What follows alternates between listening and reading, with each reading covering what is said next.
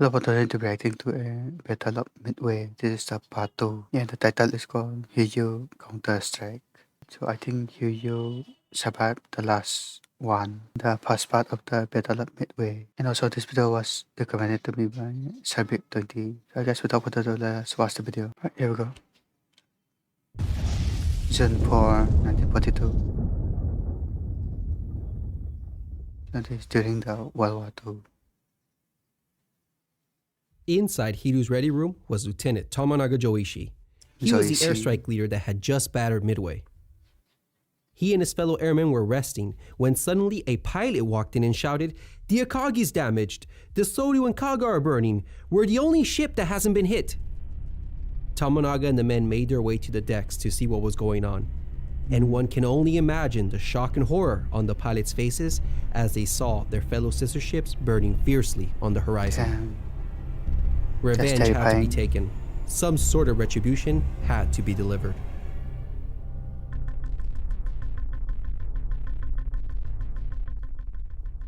Rear Admiral Yamaguchi now found himself in command of the only operational carrier left in the Kido Butai. Despite the tragedy that had just befallen them and the grim odds stacked against them, only one viable option remained in the eyes of the Japanese: to strike back. Strike back. This is the Battle of Midway, Part 2. Hiryu's Counterstrike. Okay. Yamaguchi wasted no time sending the retaliatory strike. Led by Lieutenant Michio Kobayashi, the strike consisted of a complete squadron of 18 dive bombers with 6 fighters as escorts. They took off at 10:54. Much was expected from this group as they were all piloted by seasoned veterans and considered by many to be an elite unit. Elite unit. Lifting the fog of war, we can now see that the Americans had 3 carriers with them, operating in 2 separate task forces. Rear Admiral Frank Jack Fletcher was in overall command. He was a cautious yet prudent commander who had a wealth of combat experience. He had previously fought the Japanese a month earlier at Coral Sea. Task Force 17 was under Fletcher's direct command, and it was centered on his flagship, the USS Yorktown. Sole survivor of Coral Sea, the damaged Yorktown had been quickly patched up and made battle-worthy in just 2 days so that she could participate in the battle. It had been her dive bombers that had shattered the Soryu. Fletcher also had operational command of Task Force 16, which was led by Rear Admiral Raymond Spruance. Task Force 16 contained the Hornet and the Enterprise, and it had been Enterprise's dive bombers that had taken out the Kaga and the Akagi. Currently, all 3 carriers were waiting anxiously for the return of their strike groups, and unfortunately for the Yorktown, she would be receiving some unwanted visitors as well. Kobayashi was heading her way. Contrary to belief, Nagumo was not a broken man after the disaster at 10:30. His reaction was quite defiant. After shifting his flag from the Akagi to the light cruiser Nagara, he ordered the Kido Butai towards the enemy, who were now believed to be only 90 miles away. He optimistically believed he could engage the Americans in a daylight surface action. However, this fanciful notion was shattered when at 12:40, reports showed the American forces were heading east and opening the distance. He subsequently changed course as well and began to head northeast. They go separate ways. At 10:50, Admiral Yamamoto, commander of the combined fleet and chief architect of the whole operation, was notified of the current situation of Nagumo's mobile force. One can envision his sorrow and dismay upon hearing the news that 3 of his carriers were on fire. Just like Nagumo, he too was hopeful that a surface engagement could be forced upon the Americans. At 12:20, he issued a series of orders to retrieve the situation. He ordered a concentration of his main warships to come to Nagumo's aid. In terms of air support, Yamamoto ordered the carriers Junyo and Ryujo, operating in the Aleutian campaign, to head south to join the Hiryu. There was just a problem though. All friendly forces were hundreds of miles away. Both Yamamoto with his main body of battleships and Admiral Kondo with his 2 fast battleships could arrive no sooner than the following morning. And the 2 carriers, forget about it. They were over 2 days away. But ultimately, this effort didn't really matter because the Americans had no intention whatsoever of participating in a surface battle. They were heading east, away from the Japanese. So it was up to the Hiryu, with her meager air power alone to take on the enemy.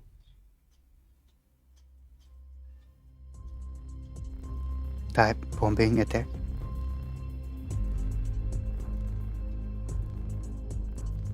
En route to the reported location, the Japanese air group encountered a group of stragglers returning to their carriers. The 6-0s apparently couldn't resist such a tempting target and, eager for revenge, broke ranks to attack them. This turned out to be a foolish move. The aircraft were SBD Dauntless dive bombers, who now without their bombs proved to be very agile and maneuverable. A sharp clash ensued, and although no planes were lost on either side, 2 Zeros were severely damaged that they had to return to their carriers. The Val dive bombers now had only 4 escorting fighters and they were miles behind. This unnecessary skirmish would prove to be a fatal mistake. Okay, they made a mistake. At 11:52, radar detected the Japanese strike 32 miles out. Yorktown had 8 fighters in the air and the majority went in to intercept the strike formation. With their fighter escorts still too far behind to intervene, the attack proved devastating for the vulnerable dive bombers. The dive bombing formation was completely shattered and disorganized. Okay.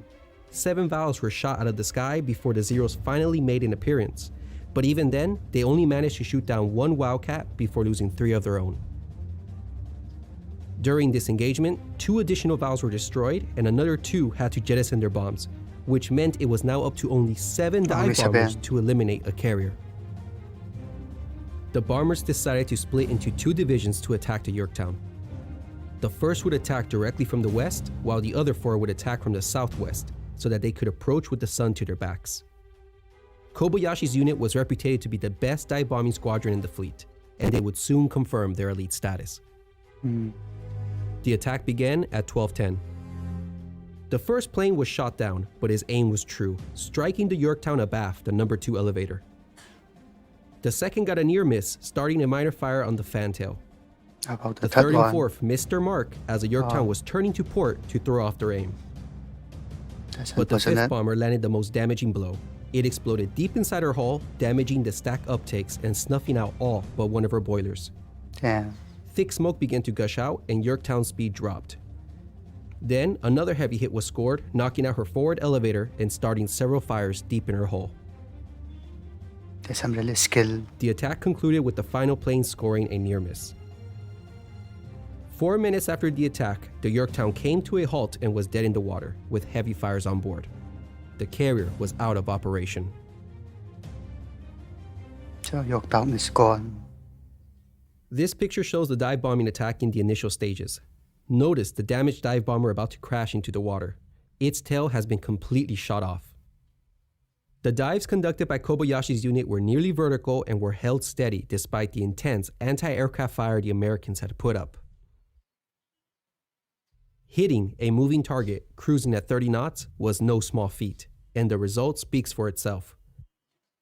3 hits and 2 damaged near misses from 7 aircraft? It had been a spectacular performance. One that even the Americans begrudgingly acknowledged. Yashi was not amongst the survivors, but he would have been proud of his unit for this impressive achievement. However, the attack had suffered intolerable losses. Only 5 of the 18 Vals made it back. That's a 72% loss rate. And of the remaining escorts, only 1 of the 4 Zeros made it home. If the Japanese continue like this, they wouldn't have any more attack aircraft left by the evening. In return for all this damage, the Americans had lost only 1 Wildcat.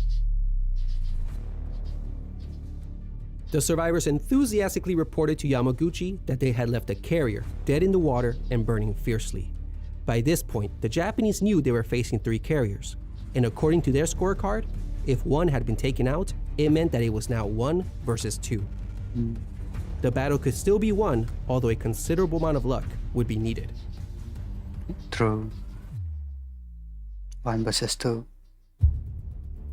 AU torpedo bombing attack. Potent 32, potent 41. The second strike prepared for their launch. Unfortunately for Yamaguchi, Hiryu's carrier attack unit had been the one that had suffered the most losses on the Midway strike. So instead of the regular complement of 18 torpedo planes, only 10 Kates were available for the attack. The strike was to be led by Lieutenant Tomonaga. Earlier, his plane had suffered a hit, and although it had been patched up, it kept leaking fuel, meaning he might not have enough fuel to return. Other pilots pleaded to switch planes with him, but Tomonaga refused. With a touch of humor, he told them that the Yankees were only 90 miles away and that he could make it there and back on a single tank of gas. Really? At 13:31, the strike took off along with its escort of 6 fighters. Before their departure, Yamaguchi had reminded his pilots, "There's 2 undamaged carriers left. Your mission is to take out one of them." It was imperative that this strike destroy at least one of the 2 undamaged carriers. This would then even the odds and make it 1 versus 1. And with that result, the prospect of a Japanese victory wouldn't be so far-fetched.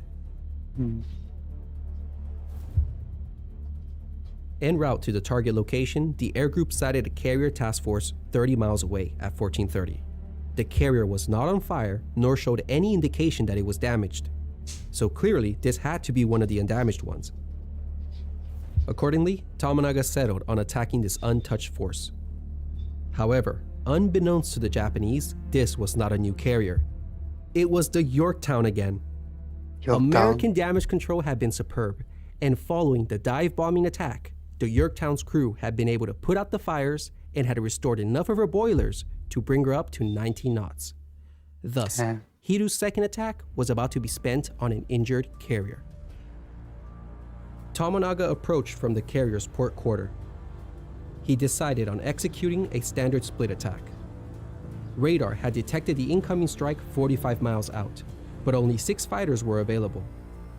All 6 were sent to intercept, but only 2 found the enemy, shooting down a single torpedo bomber.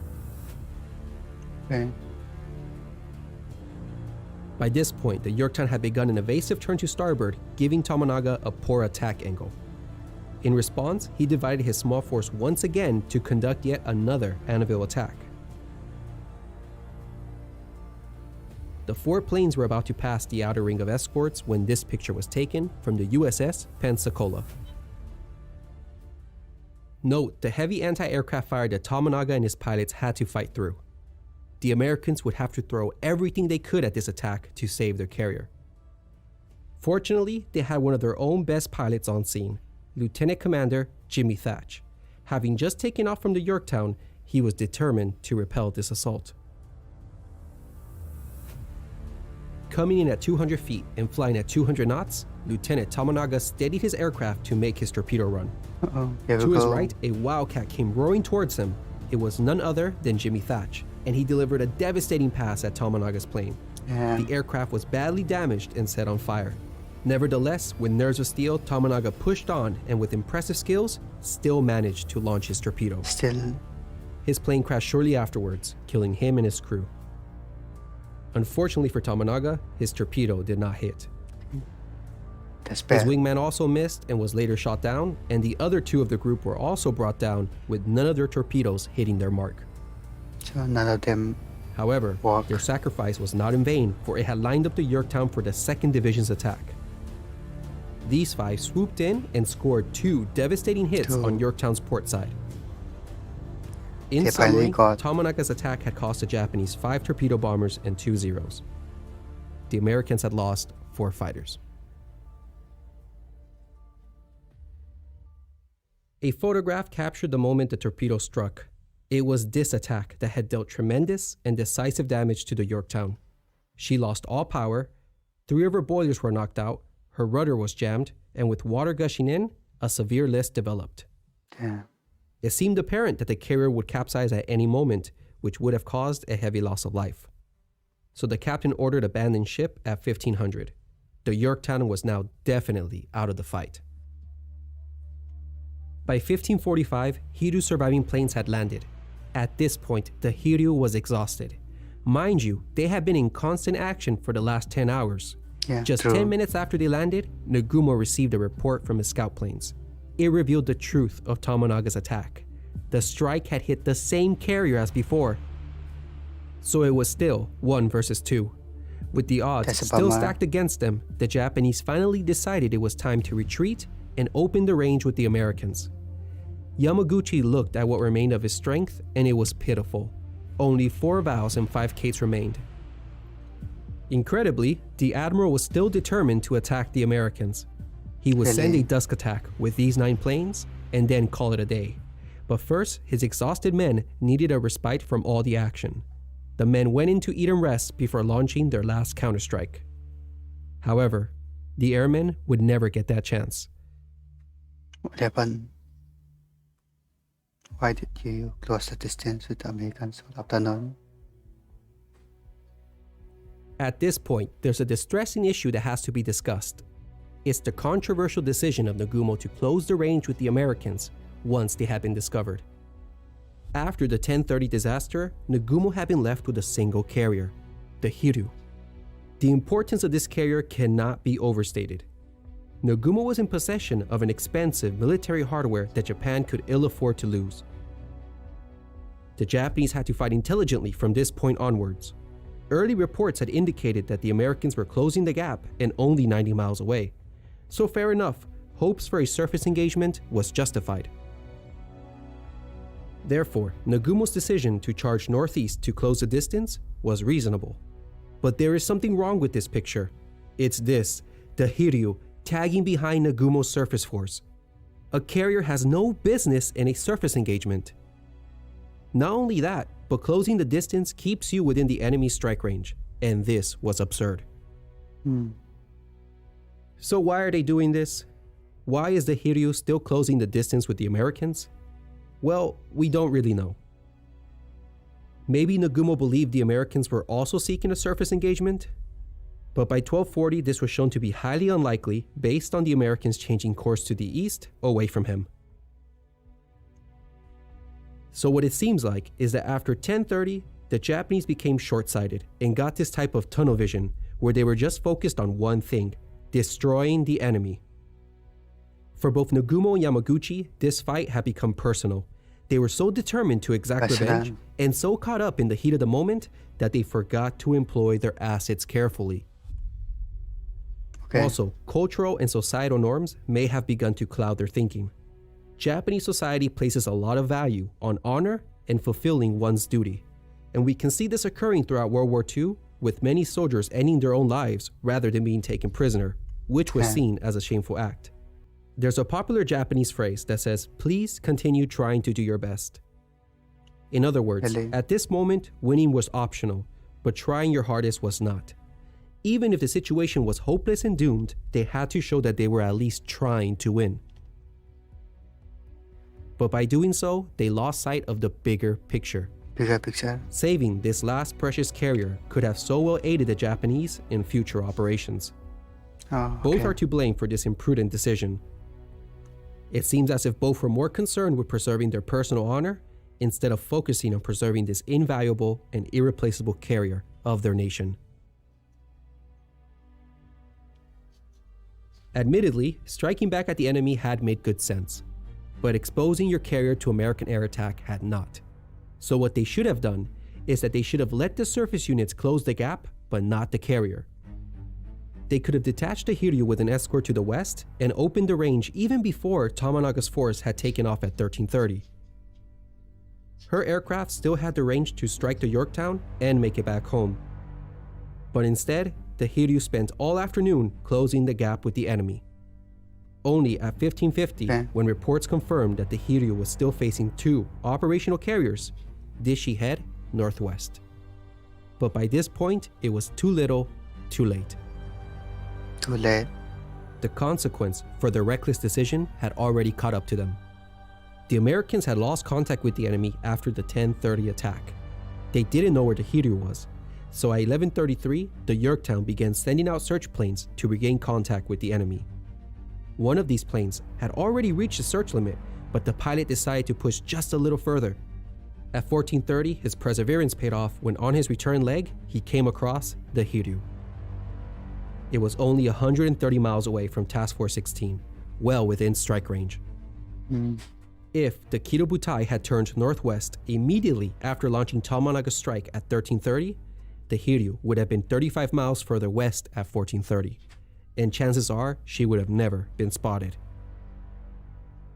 So much for saving your last precious carrier. Well, the American planes will be coming in then. Demise. Once the Americans received the sighting report, a strike was immediately sent. The first wave was a mixed bag of Enterprise dive bombers with Yorktown survivors, followed by the Hornet, who launched her own strike 30 minutes later. At 1645, the first group sighted the Hiryu. The dive bombers swung around to the southwest so that they could approach with the sun to their backs. The two squadrons decided to concentrate on a ship apiece. The Yorktown bombers, much to their resentment, were selected to go for a battleship, while the 10 Enterprise dive bombers got the main prize of taking out the carrier. 13 fighters were on combat air patrol. These pilots were no doubt fatigued at this point, and the clever tactic of approaching out of the sun must have worked, because for the second time this day, the Japanese were caught by surprise. They didn't spot the Americans until they were practically on top of them. And this perhaps highlights the Japanese's greatest weakness in carrier warfare, their lack of radar. Okay. The Enterprise dive bombers began their attack at 1705. The carrier made a hard turn to port. This threw off their aim and resulted in the first few bombs missing their mark. Thankfully for the Americans, the planes from the Yorktown saw this and diverted. Hiryu's time had come. Dive bombers were able to land a devastating total of 4 hits, all on the forward part of the Hiryu. The powerful explosions ripped the forward deck apart.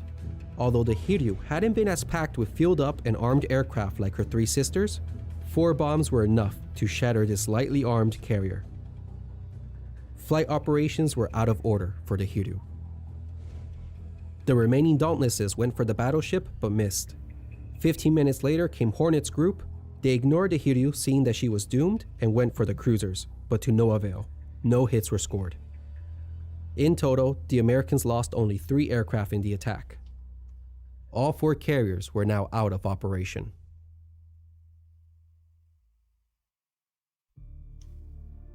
Okay, next Incredibly, one. Yamamoto still believed he could grasp victory from the jaws of defeat. He still entertained the prospect that Midway could be taken and that the American force could be destroyed in a surface battle. At 1915, Admiral Kurita and his cruiser squadron were ordered to bombard and neutralize Midway. The only hope left now for a victory was for a night action between Yamamoto's battleships and heavy cruisers and the American force of carriers and cruisers. Nagumo, who had been viewed as being too passive, was relieved of his command, and Admiral Kondo was left in charge for the upcoming night battle.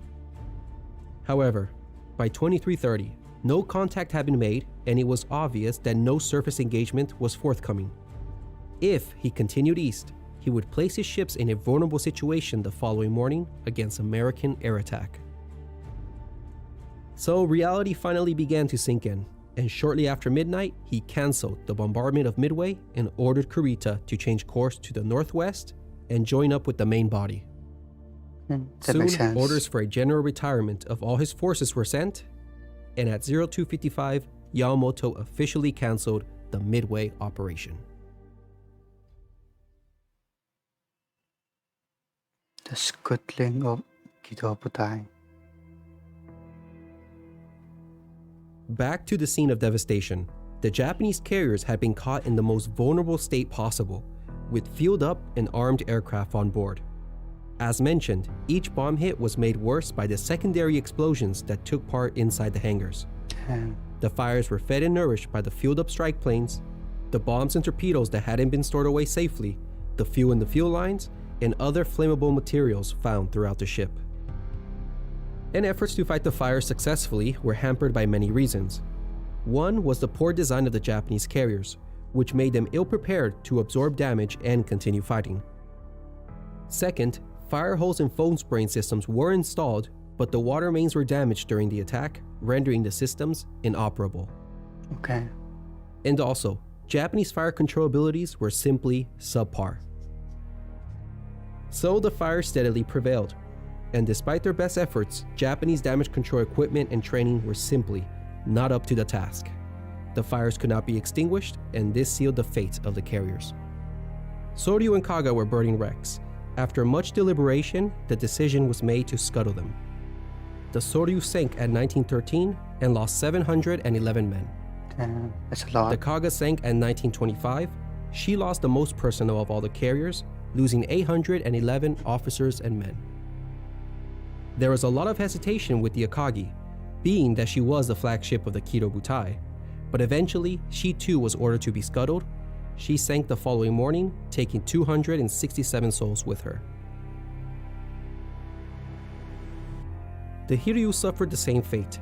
Fires had spread and could not be contained, and it was soon apparent that she was doomed. Admiral Yamaguchi, sticking true to the naval tradition, decided to go down with the ship. Really? After a sentimental goodbye, Yamaguchi and a selected few stayed behind, while the rest of the crew transferred to a nearby destroyer. At 0510 on June 5th, she was also scuttled, struck by a single torpedo. But incredibly, she didn't go down until hours later in the morning. It was just enough time for a Japanese biplane to take this astonishing photo. Apparent is the gaping hole at the front of the ship. A portion of the elevator has been blown against the forward end of the island. Here's another classic shot of her, where we can see that the ship is still on fire amidships. The Hiryu sank some 2 hours after these photographs were taken at around 0915. 392 men were lost.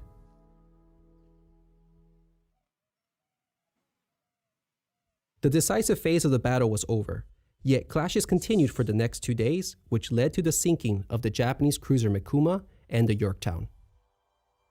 That's right, the stubborn carrier still hadn't sunk at this point. I'll begin with the cruiser action. If we recall, Admiral Kurita, in command of Cruiser Squadron 7, had been tasked with bombarding Midway. Yamamoto ordered this mission to be cancelled 20 minutes past midnight on June 5th. However, the order was delayed by almost 2 hours before it got to Kurita at 0230. By this time, he was only 50 miles away from Midway. Regardless, he commenced his retreat by changing course to the northwest. But during this, a submarine was spotted. Evasive maneuvers were ordered, and during the confusion, the cruiser Mogami collided with her sister ship, Mikuma. Mogami had her bow smashed and was left behind since she had to limp back home at a slow speed. The Mikuma faithfully stayed alongside her as an escort. The rest of the day, they escaped air attacks by Midway-based bombers. But the next day, on June 6, they were bombed repeatedly, but this time from carrier-based aircraft of Task Force 16. 5 hits landed on Mogami, 5 on Mikuma, and 1 on a destroyer. Despite her collision damage and the hits, Mogami managed to escape, while ironically, it was the Mikuma that succumbed to her wounds. American pilots took pictures of the mortally wounded ship. The destruction of the Mikuma is clear. The ship sank at 1930 with a heavy loss of life, with as many as 700 of her crew unaccounted for. Yeah. A lot of people lost and... Retribution was obtained against the Americans. On June 4th, the Yorktown was abandoned, but despite appearing that she was about to capsize, she was found still afloat on the 5th. With the battle practically won and the Japanese in retreat, the idea of getting back to her and towing her to port seemed like a real possibility. So the next day, on June 6, the destroyer Hammond brought on board a salvage team. The destroyer remained moored next to the Yorktown to provide power. The team began to have progress. Power was restored, the list was corrected, and soon the Yorktown was being towed at 3 knots. But lurking in the waters was submarine I-168. She had been dispatched by Yamamoto to finish off the Yorktown. The submarine skillfully approached, unnoticed, and patiently waited for the perfect shot. Although 5 destroyers were on patrol, no one spotted the submarine. She closed in and at 1,500 meters released 4 torpedoes. The first hit the Hammond, which split the ship in half, and the second and third hit the Yorktown. The carrier was done for, and the salvage team evacuated the ship. The following pictures tell the story. The Hammond is shown sinking here after breaking in half. As she was going under, her depth charges exploded, killing more of her survivors nearby in the water. 84 of her crew went down with her. Even with 4 torpedo wounds, the Yorktown still took a while to sink, and before she did, she rode on her back, revealing the gaping torpedo wounds from the submarine attack. On June 7th, the distinguished ship, the ship that had played such a pivotal role in Coral Sea and Midway, finally slipped beneath the waters at 0500. 57 men were lost. So now we can go to the final losses of the battle. Japan lost 4 fleet carriers, 1 cruiser, and 250 aircraft. But they didn't have a heavy loss in pilots. Only 121 airmen were lost that day. What they truly lost were the 4 irreplaceable carriers and the experienced and highly skilled aircraft mechanics and technicians on board them. These men were difficult to replace. By best estimates, Japan lost 3,057 men. For the Americans, the cost had been relatively small for what they had accomplished. They had lost 1 carrier, 1 destroyer, and 144 planes. Total losses in men, 362. There was no question about it. The Battle of Midway had been a decisive American victory. Okay. The music.